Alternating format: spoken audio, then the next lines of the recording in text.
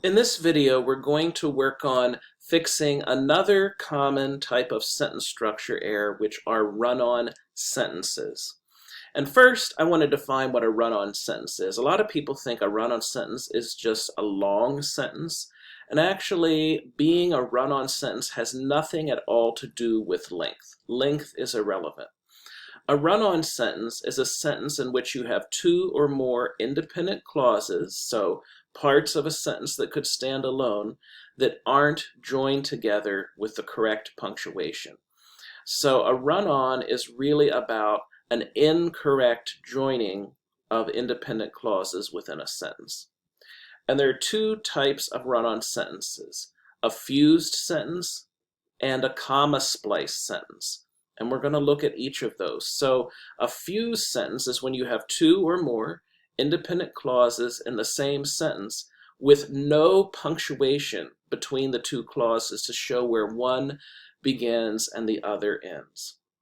And the way you fix a run-on, whether it's fused or comma-spliced, is to either put a period where the two independent clauses come together and make them two separate sentences, put a semicolon there, which really is a period substitute. It's the comma with the period over it. It just joins them a little more closely than a period would, if you want to show a close relationship. Or you could just put a comma plus a conjunction between the two independent clauses. So conjunctions are and, but, they're the most common ones, plus or, nor, for, so, or yet, right? You could also make one of the two independent clauses dependent if you did a major rewriting. That's less common. So what I want you to do is, in this top section, little paragraph on Diana, I want to see if you can identify where the fused run-on sentences are, and then correctly join them. Put in whatever kind of punctuation and wording you need to join them correctly, and then I'll come back and show you my correction. So pause the video and find and fix those fused run-on sentences. Okay, coming back. The very first sentence is a fused run-on sentence, because right here where I have my cursor is where one clause ends, right? Like Camilla, Charles would also have to marry someone else. That could stand alone. And then we have another independent clause here. He was heir to the throne and would need to produce another heir to follow him. So that could stand alone. So we've got to put something there to join them and show the reader that one independent clause is done and another is beginning. We could do a semicolon. I would probably do a period. I feel like there's enough separation there that a period would work well. All right. Next, we have this sentence. This is another fused run-on, because right where my cursor there in front of she is where the two independent clauses come together. So this is an independent clause. At the time, she was working as a kindergarten teacher. And this is an independent clause. She was also the daughter of an earl. So there, we could do a period. I'm going to do a semicolon there, because those are kind of very parallel, closely related independent clauses. You could do comma and, right? That could work. All right. Finally, we have one more run-on. It's the last sentence, right? And right here after the quote is where the two independent clauses come together, because this is a standalone. Their marriage was the wedding of the century. And then this could stand alone. It was the first event to be watched by over 1 billion people. So again, you could do a semicolon there. By the way, semicolons, if you put them in, go after quotation marks. Periods and commas go inside. But here, I would actually make that a separate sentence. I feel like they aren't too closely related. So the period would go inside the quotation mark, and then that would be a separate sentence.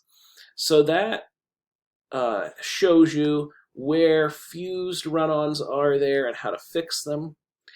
But actually, I'm going to move on to what's a more common type of run-on. And in fact, this is probably the sentence structure error that's the most common, the one I see the most, which are comma splices.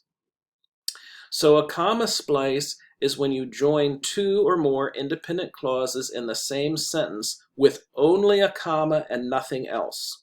And that's not enough to indicate that one independent clause has ended and another has begun. Commas are usually to show where, independent and subordinate clauses break and things like that, not where two independent things come together.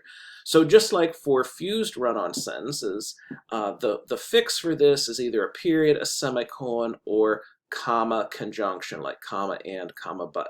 So pause the video here and see if you can find and fix all the comma splices in this section about the love triangle among Charles, Diana, and Camilla.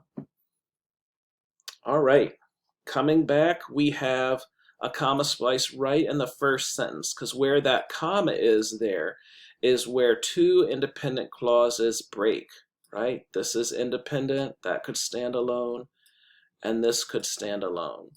So you could do a semicolon there. I'm going to do a period, and then make this a new sentence. Sometimes you have to think about length, right? Is it going to make the sentence too long to put it all in one by using a semicolon? All right, this may be the most common type of comma splice error I see, which is where someone has an independent clause and then a transition like however or moreover, furthermore, therefore, and then they have another independent clause. So when you have that kind of a pattern, you need to have either a period or a semicolon before the transition there. Or you could just do comma but and take out however. Make sure when you have that kind of a sentence with two independent clauses joined by a transition that you have either a period or a semicolon before the transition and of course a comma after it. All right, now we have an interesting one here which I think illustrates why this is important. Because in this sentence, when you first read it, it's a little unclear where the break is between the independent clauses, which is why this kind of punctuation is important. When you just put a comma everywhere, sometimes you don't know if the independent clauses break here in front of allowing or here in front of in, right? Because it's not clear. This is a subordinate clause in the middle of two independent clauses, right? So this is a standalone if you read that. This could stand alone, and this middle piece couldn't. So which one of those standalones does it go with? Well, I think when you read it, you sort of see that the real break is here. So I'm going to put a period there. I could use a semicolon there. That would make the sentence rather long. So now when you read that section, it makes a lot more sense because you know that allowing his private conversations with Camilla to be broadcast worldwide is really the end of the prior sentence, not the beginning of this one. All right, one more comma splice here, and it's the very end. And so here you've got an independent clause there, and then you've got another transition, right, in fact, and then a final independent clause. So again, just like up here with the however, you need a period or a semicolon. I'm going to just do a period there because I feel like there's more separation between those two, and that corrects that comma splice. So when we're talking about run-ons, we're not talking about sentence length. We're talking about are you or are you not correctly joining two independent clauses. And if you have two independent clauses in the same sentence, you have to join them with either a semicolon, which is the comma with a period over it, with comma plus a conjunction like comma and, comma but, or comma or, nor, for, so, or yet. Or make them two separate sentences. Put a period where those two independent clauses merge and then make the second part capitalized, and I'll give you two separate sentences. So that's how we fix run-on sentences, whether fused or comma splices. And in the next video, we're going to look at how to address mixed constructions and Garbled syntax. All right.